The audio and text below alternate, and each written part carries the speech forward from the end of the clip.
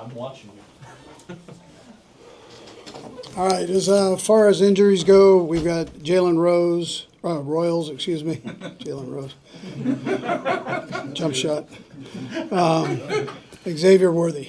So those two won't practice today. Both are doing better. They're working on it and making progress, but not ready to go today for sure. I look forward to the challenge of playing the Eagles. Good football team, obviously, and they know us, we know them, and it should be a heck of a game. So with that, time's yours.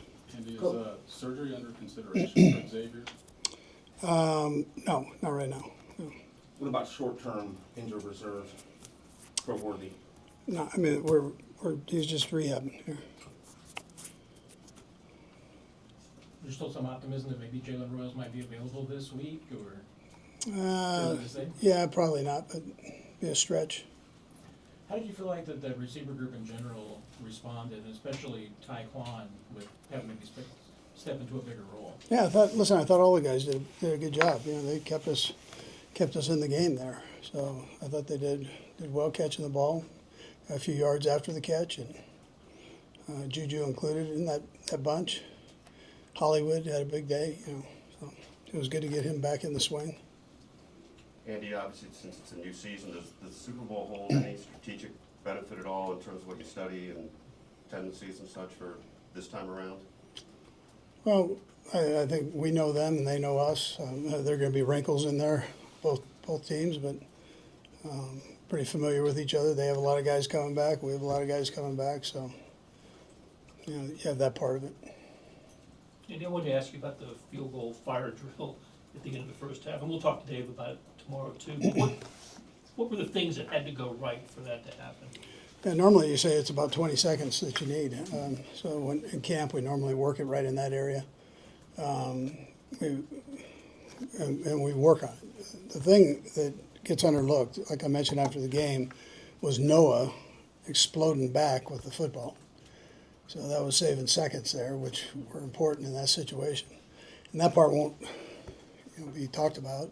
Obviously the kick and the hold and the snap and all that, getting guys off the field and guys on the field. But Noah getting that ball back kind of made the whole thing work. And then Dave was on top of it on the sideline. He and Porter were working the sideline, getting ready for it. Coach, post game, you said that the team was flat. They didn't really have much energy. Now that you've been away from them for a few days, you put your finger on why that was? Yeah, there are no excuses for any of us on what took place. So we've got to do better. Energy is one of the things for sure. So, Coach, on that front kind of play, when you pull that off, the scramble drill for the field goal, I mean that's an emotional play. I mean, guys know they really executed something. You can't do that unless it's at the end of a half or end of a game, right? Yeah. So it's tough to carry that momentum forward. But did you feel like you had the emotion coming off that play, being able to execute that so well, and then maybe it's kind of a drain to have it all go out while you sit in halftime? no, I didn't think we lost that part. No, it was emotional. I mean, that's an exciting thing to do in this game, to be able to pull one of those off, especially when it's less than what you think you can get done with, but or at least in that danger zone there of not getting it off. But no, halftime, no. We just need to play better. Andy, given the circumstances of the first quarter, is it tough to evaluate your guys' running game at this point? I mean, only 10 carries for Pacheco and Hunt. Is there something that you maybe saw that you want to sort of expand on this upcoming week? Not right here, no. But I mean, is it difficult? We need to do better in that starting off. Yeah. Last year, what do you remember that you and Brett liked in Taekwon to originally bring him here, and just how do you feel like he's been ready for this moment? Yeah. So Brett liked him, and then I had mentioned before, I think that Bill Belichick called me and talked to me about him. Thought he was a good football player, and so Brett was bringing him in, and Bill kind of said, "Hey, this guy's really got great potential."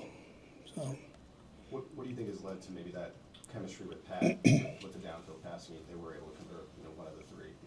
Yeah. Well, he's fast, and he's a big target. So, He runs good routes. We'll go across the room. Go ahead, Todd. As you went back and watched the left side of the offensive line, the young guys especially, what did you like or not like about what you saw Friday night? Yeah, so I like the effort they put in, and there were more good plays than there were bad plays, and some great things to learn from, and some things that they did I thought very well. So it was progress, and they'll keep growing as we go on here. Matt. Coach, there were a couple of moments talking about the emotion of the game that there was some emotion between the teammates. I know Kelsey and Jelani looked like had some little words, and Drew and Chris. In a game, is a situation like that, is it sometimes to be expected? I mean, are there moments where you're okay with that? It's an emotional game, so that's all part of it.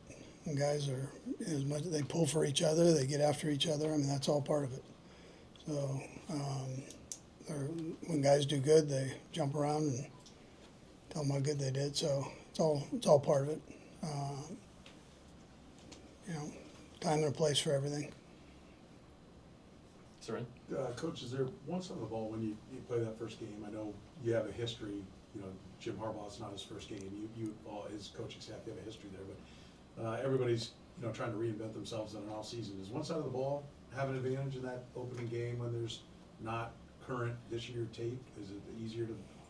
Seems like it's normally the defensive side, but as you look at this past weekend, with all the teams, it looked like it was more the offensive side throughout the league. Normally it's the other way around, but this year, yeah. We'll go last couple, Nick and then Sam. Go ahead, Nick. Andy, with Xavier going down like that, I know it's next man up, but whenever you're in that situation, how much adjustment happens that we don't realize from a play calling perspective?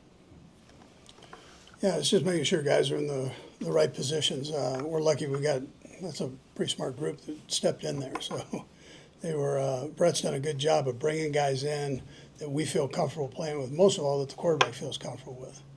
So it's been a plus. And then they work all the situations and the substitutions all the time. They do it during training camp. Everybody gets a chance to play during training camp. That's in that first group, per se. So I thought they handled that well. We have a lot of different formations we run. Sam. And maybe this is too scheme related, but a lot of quick throws in that game. I wonder if that was the intention going in, or just the way things worked out based on what you guys were seeing.